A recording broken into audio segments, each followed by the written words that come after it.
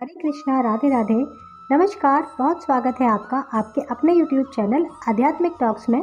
और मैं विभा मिश्रा हमेशा की तरह ये कामना करती हूँ कि आप सभी पर श्री हरि की कृपा हमेशा बनी रहे। दोस्तों, आज हम इस वीडियो में चर्चा करेंगे कार्तिक मास के महत्व की। कार्तिक मास में स्नान करने का क्या महत्व है, किस प्रकार से कार्तिक मास का स्नान किया जाता है, पूरे महीने व्रत किया जाता है, दीपदान किया जाता है, परिक्रमा की जाती है, इसकी संपूर्ण जानकारी आपको इस वीडियो में मिलने वाली है। तो यदि आप मेरे चैनल पर पहली बार हैं तो आप चैनल को सब्सक्राइब करिएगा और वीडियो पसंद आए तो इसे लाइक शेयर करना बिल्कुल भी मत भूलिएगा। कार्तिक मास का जो महीना होता है, कहते हैं सभी महीनों में सबसे सर्वश्रेष्ठ और सबसे महात्म्य जो है इसका बहुत ज़्यादा विशेष बताया गया है। इस महीने में स्नान करने से, पूजा अर्चना करने से हमारे ऊपर श्री हरि की कृपा हमेशा बनी रहती है। हमारे घर में धन की प्राप्ति होती है, अपार धन आता है। श्री हरि लक्ष्मी की साथ में पूजा करने से विशेष लाभ जो है वो होते हैं। हमारे जीवन में जो है हमारा भाग्य बदलता है।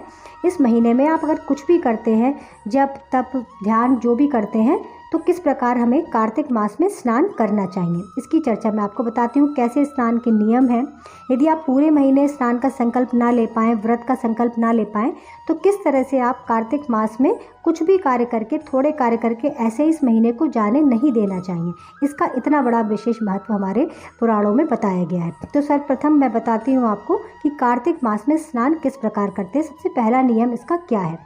कार्तिक मास में हमेशा तारों की छाँव में, यानी हमें ब्रह्म मुहूर्त में उठना होता है और हमें स्नान करना होता है। यदि आप किसी पवित्र नदी में जाके स्नान करते हैं, पोखर तालाब के किनारे, तो उसका विशेष महत्व बताया गया है। यदि आपका ऐसा संभव नहीं है कि आप किसी नदी में जाके स्नान कर सकें, गंगा नदी के तट पे कर सकें या किसी भी नदी, पवित्र नदी के किनारे जाके स्नान आप उसमें कर सकें, तो आपको जो है अपने घर में ही इसका नियम बनाना चाहिए। नियम किस तरह बनाना है, आपको ब्रह्म मुहूर्त में उठकर अपने ही घर में, अपने घर के जल में गंगा जल मिलाकर जो है स्नान करना चाहिए। और सबसे पहले स्नान करते समय पहले दिन कार्तिक मास में हमें संकल्प लेना होता है कि हम पूरे महीने स्नान करेंगे, दान करेंगे और जो भी पूजा अर्चना है व्रत करेंगे। अगर आप पूरे महीने करने में असमर्थ हैं, किसी भी परेशानी की वजह से आप नहीं कर पाते हैं, तो भी आप पहले दिन जो है, आप जो कार्तिक मास में मुख्य तिथियां हैं उस पर भी आप स्नान करके जो है इसका जो है लाभ उठा सकते हैं। तो पहले दिन आपको जो है सुबह ब्रह्म मुहूर्त में उठना होता है, तारों की छाँव में आपको स्नान करना होता है। उसी को कार्तिक स्नान कहा जाता है। वैसे तो ठंडे पानी से स्नान किया जाता है, लेकिन आपको अगर कोई परेशानी है, तकलीफ़ है, तो आप पानी, रखे हुए पानी को भी से भी कर सकते हैं, हल्का गुनगुना भी कर सकते हैं स्वास्थ्य के नज़रिए से। यदि आप ठीक हैं तो आप ठंडे पानी से स्नान करें। स्नान में जो है आप काले तिल डाल सकते हैं, गंगा जल डाल सकते हैं, इसको डाल के आप स्नान करते हैं। स्नान करने के बाद आपको शुद्ध पवित्र कपड़े पहनने हैं, मतलब कि धुले हुए कपड़े होने चाहिए, वो पहने हुए कपड़े नहीं होने चाहिए। उसके बाद आप अपने मंदिर की साफ़ सफाई करके, जो लोग व्रत करते हैं वो भी ये नियम करते हैं, जो व्रत नहीं करते हैं पूरे कार्तिक मास में उनको भी ये नियम कम से कम लेना चाहिए।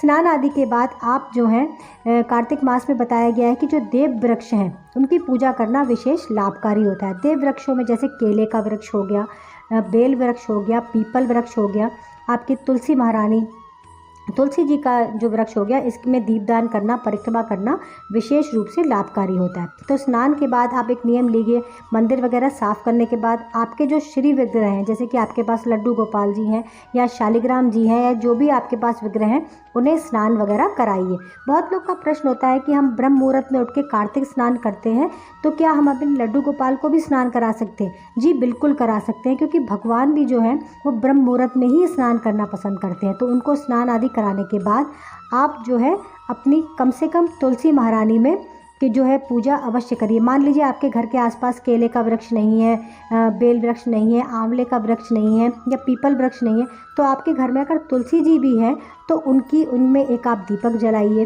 उनकी पूजा वंदना कीजिए, उनकी स्तुति करिए, आरती करिए। इतना नियम आप 1 महीने के लिए ले सकते हैं। यदि आप 1 महीने का नियम नहीं ले सकते, तो आप जो कार्तिक मास की मुख्य तिथियां हैं, जैसे कि एकादशी तिथि हो गई, आखिरी की जो पूर्णिमा होती है कार्तिक पूर्णिमा जिसे गंगा स्नान भी कहते हैं, आंवला नवमी का दिन हो गया। तो आप इन दिनों में भी स्नान आदि करके दीपदान कर सकते हैं। दीपदान का जो है कार्तिक मास में विशेष महत्व होता है। बताते हैं कि दीपदान करने से हमारे जीवन में जो भी अंधकार होता है वो दूर होता है, भगवान की कृपा हमारे पर विशेष रूप से प्राप्त होती है, हमें श्रीहरि की कृपा मिलती है। तो आप इन तिथियों पर स्नान आदि करके 5 दीपक जलाने का संकल्प ले सकते हैं। पहला दीपक आप अपने मंदिर में जलाइए, दूसरा दीपक आपको तुलसी जी में जलाना होता है, तीसरा आप केले के वृक्ष के नीचे जला सकते हैं, चौथा आप पीपल में जला सकते हैं और जाके आप मंदिर में जला सकते हैं। ये 5 दीपक आप किसी मंदिर में भी जाकर जला सकते हैं। इस तरह से आप दीप जलाने का जो है संकल्प ले सकते हैं। इन वृक्षों की आप परिक्रमा कर सकते हैं।